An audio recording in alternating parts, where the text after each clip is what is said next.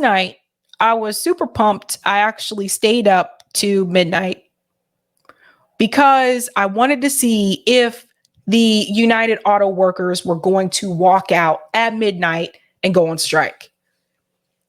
I saw it happen. I was excited and I tweeted about it. But apparently it was brought to my attention today that I was only half right.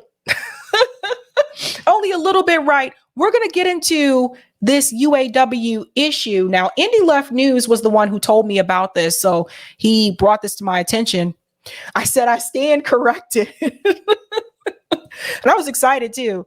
Indie Left said, in case you missed it, UAW did not strike with all 150,000 members across the country last night. The leadership chickened out. They said the plants would shut down. No contract, yet most workers are on the job today. So I was half wrong. Like, I thought everybody walked out, the plants would shut down. That's what I thought, just what Indy said. But apparently they're doing a different style of strike, a strategic strike, something that I'm not used to. And I want to go ahead and get into that from paydayreport.com. It says let me make this bigger. By the way, some people are not happy about this, and I'll show you videos as well. UAW to only strike at 3 non-strategic plants to begin. So it's kind of like a slow rollout, like that kind of thing. Let me go here. It says, instead of striking at strategic part markers that could force multiple plants to shut down, the UAW decided to strike at 3 plants that make some of the least popular cars in each of the big 3 chain. The plants include Toledo's Stellantis Jeep Wrangler Final Assembly Plant, Ford Michigan Assembly, which makes Broncos and Rangers, and GM's Wentzville, Missouri plant, which makes vans and second-tier trucks. With the union striking plants of little strategic significance to begin, it's unclear if the UAW will move to a strike at more strategic plants that make auto parts used by multiple plants.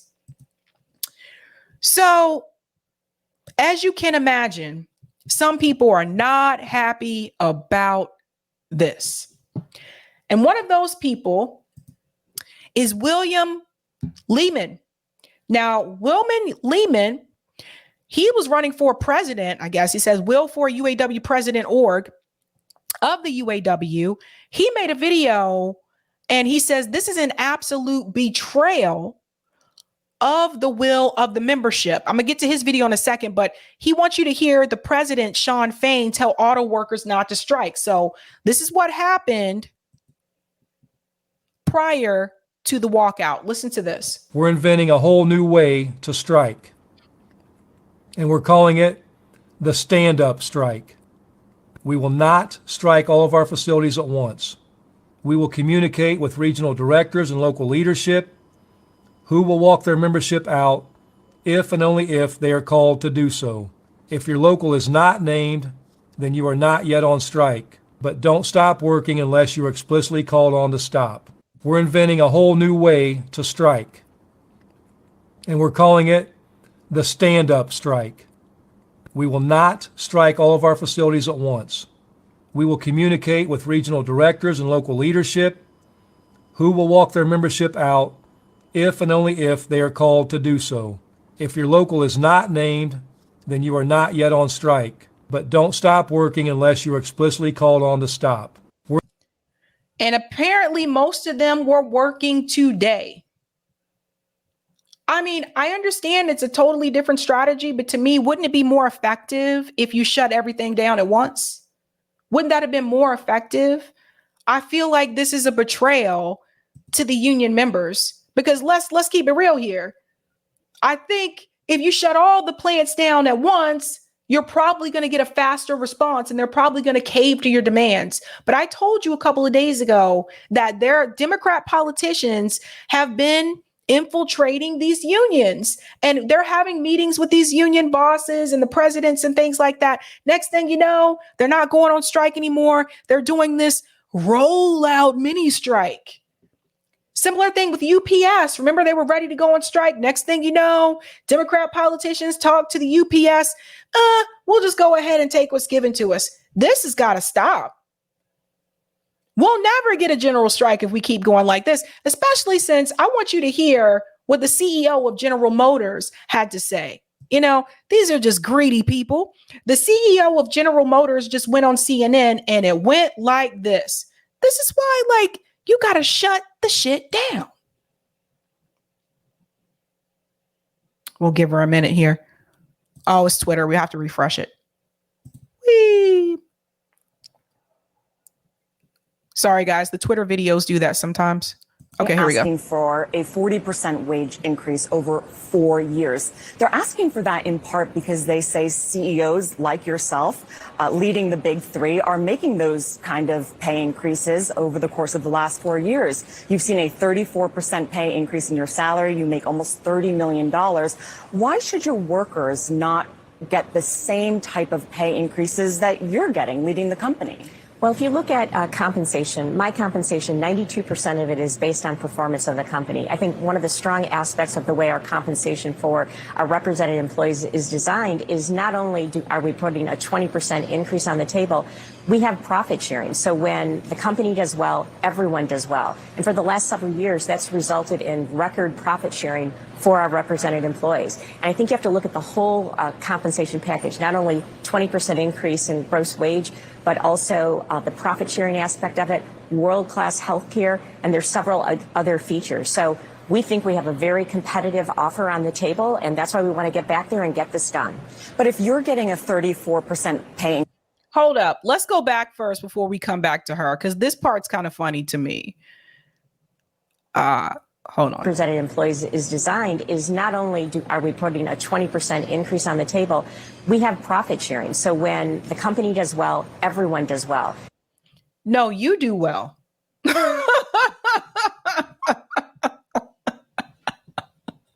Let's be real. The CEOs always do well, right?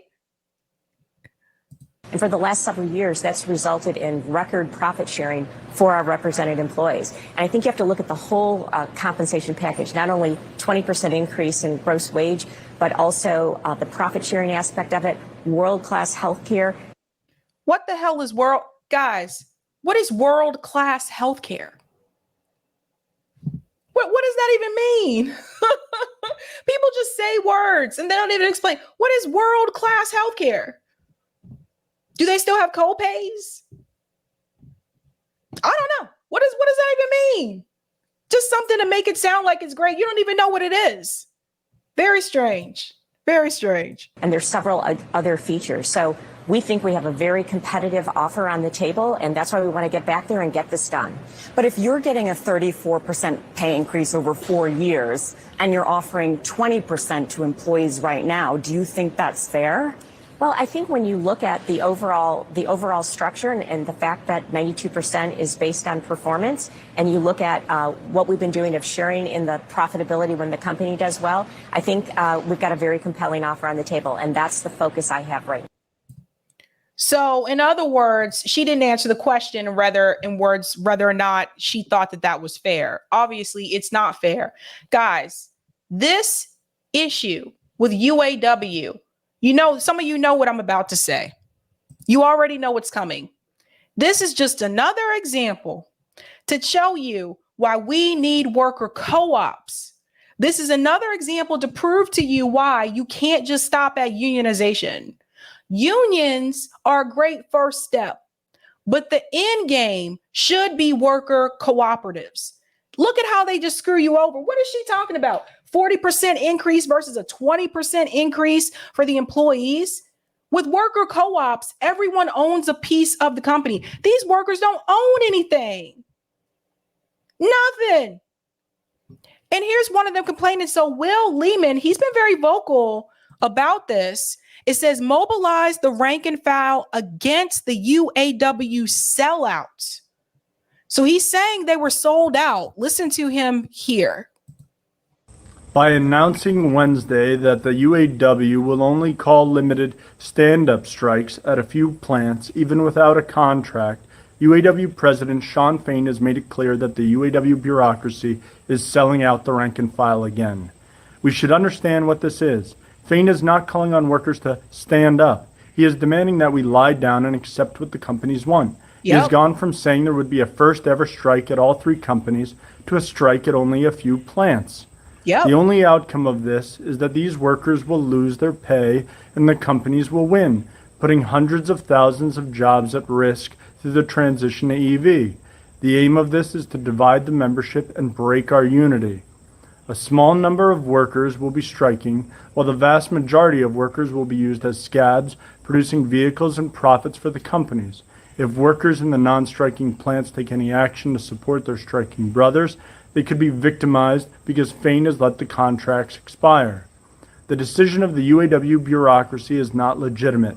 It violates the will of the rank and file, which voted by 97% to strike at all 3 companies. It was taken behind the backs of the rank and file membership at the behest of the corporations and the Biden administration. It was announced by a president elected through massive voter suppression with the support of only 3% of the rank and file membership. Most workers never even received a ballot to vote last year. Did everybody hear that? This piece right here, I think we go back to 1 minute. Yeah. Profits for the companies. If workers in the non-striking plants take any action to support their striking brothers, they could be victimized because Fain has let the contracts expire. The decision of the UAW bureaucracy is not legitimate. It violates the will of the rank and file, which voted by 97% to strike at all 3 companies. Violating the will of rank and file, what does that remind you of? That reminds me of the railroad workers. When I interviewed the railroad workers, what did they say? We did vote to go on strike. So once again, the rank and file were looked over. This is why unions should not be the last step. This is why you have to have worker cooperatives. This is exactly why, guys, because the union presidents, they get into bed with the politicians in the Democratic Party. They start going to meetings with them, going to dinners with them, lunch with them. And the next thing you know, they sell out the workers. So the union president, the UAW, told them, no. You were scheduled to go to work unless you were told otherwise, when they could have shut down all 3 companies at the same time. It was taken behind the backs of the rank and file membership at the behest of the corporations and the Biden administration. It was announced by a president elected through massive voter suppression. Did you hear that? By the Biden administration. So I told you, this is what I was warning people about. The politicians had their hands in here somewhere. With the support of only 3% of the rank and file membership. Most workers never even received a ballot to vote last year. So that's that. Now I want to show you some of the conditions that they've been dealing with. Now this is in reference to Jeep. And this is from More Perfect Union. Thank you so much for this. One of the 3 massive plants that UAW is striking right now makes Jeeps. Let's get into part of this. I'm not going to be able to play the entire video, but I want you to hear what's happened to some of the employees. The only time that I got off was I physically got sick, like exhausted, and went to the ER, and that was how I got a day off. They will literally work you until you fall. I have to work 2 jobs, and that takes a lot of time from my kids. It takes a lot of time from my family. Occasionally I will get shipped in on Sunday, so I will work 7 days in a row, which would be 70 hours. I know a lot of people are like, oh, you guys are just crybabies. And it's like, no, we're not. We shouldn't have to work this hard, go through all these hoops just to make a living. Like, having a union job used to mean something.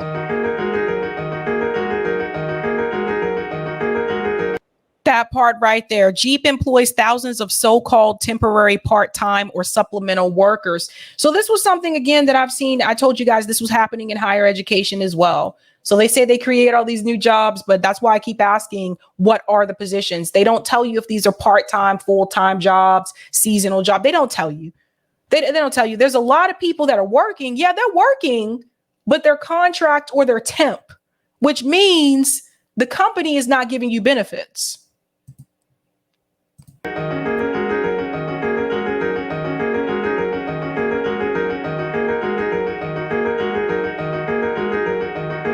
I see full-timers, they can work 40 hours a week and they're good.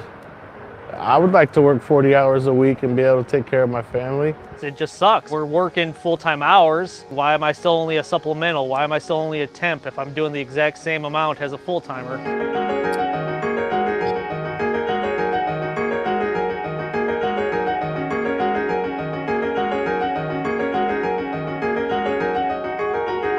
So full-timers, they make double what we make. The girl working next to me is literally making $32 an hour, and I'm sitting a little over 17. Like, there's no difference in what we are doing. We are physically doing the same jobs. As a supplemental, you start out at $15.78 an hour. After 4 years, you reach the maximum you can get, $19.28 an hour. You cannot get any more raises after that. When it comes to full-time, they start out at $17 an hour, and they cap out at $32 an hour. I'm currently capped out at $19.28 an hour. Your full-timers that have the 401ks and the top out at 32 or 33 get their days off, their profit sharing, their health, dental, vision. We don't get quality bonuses, we don't get sick pay, we don't get bereavement. Like, we're not making what we should be making. And that's not me being a greedy millennial. That's the truth. This is what people have to understand too. So thank you so much, Lee. I listened to a UAW worker that stated 26 years ago, making $13.66 an hour. And 26 years later, his pay has only increased by $3 an hour in 26 years. See, this is what a lot of these companies have done too, is that they've realized it's a lot cheaper just to hire temp and contract employees. Because when you have a full-time employee, you have to give them the full benefits. But if you hire a temp or a contract employee, they don't have to give them any type of benefits. So a lot of companies have been going along with this. This is a hot mess. This is terrible. But this is what happens in a capitalist society. That's how we got here. The CEOs are making tremendous amount of wealth. And the people at the bottom, how can you be capped out at $19 an hour? The CEO doesn't have a cap. Something to mention to people.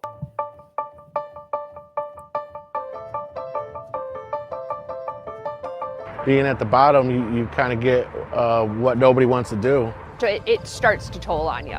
And like, you could be 25 feeling like you're 45. When I was on the line, I ended up having a seizure. I was terrified. Honestly, I thought I was gonna die. I thought I was gonna die there at work. And I ended up having to have a brain surgery. After the surgery, I was out of work for a while. And as a SC, we don't get paid sick leave. So I had to basically come back as soon as possible because I had no money coming in. They were marking me absent even though I was in the ER, even though they know I left work in the ambulance. I was terrified that I was gonna lose my job and I'd have absolutely nothing to come back to. I've missed funerals. I've missed birthdays. I'm gonna try not to curse, but it feels like trash. And the thing I want to mention is obviously it's not just those that work at these plants, right? This happens let me tell you, I've seen it happen in higher education. I've seen it happen in healthcare. People have seen this happen in the tech industry. It happens all across the board. We have become a gig culture where companies know that they can just hire people for like these gig positions. They don't have to give them anything really. And if that's the only employer in town, where else are you going to work? So if you look at where some of these people live, where else are they supposed to work? That's what happens when they know they become the only game in town.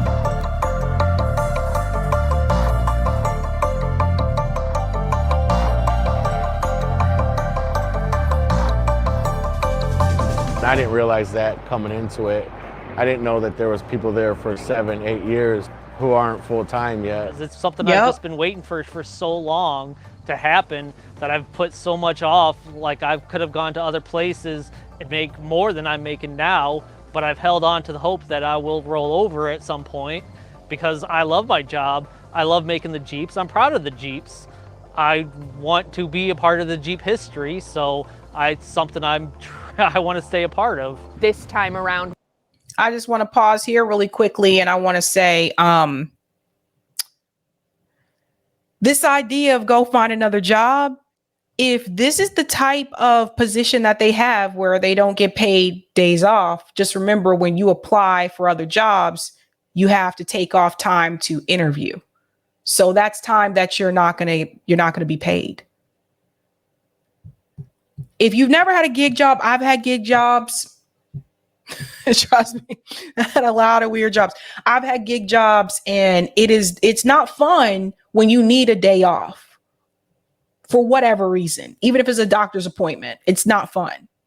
We're like, no, these are things we want, and we don't want to back down.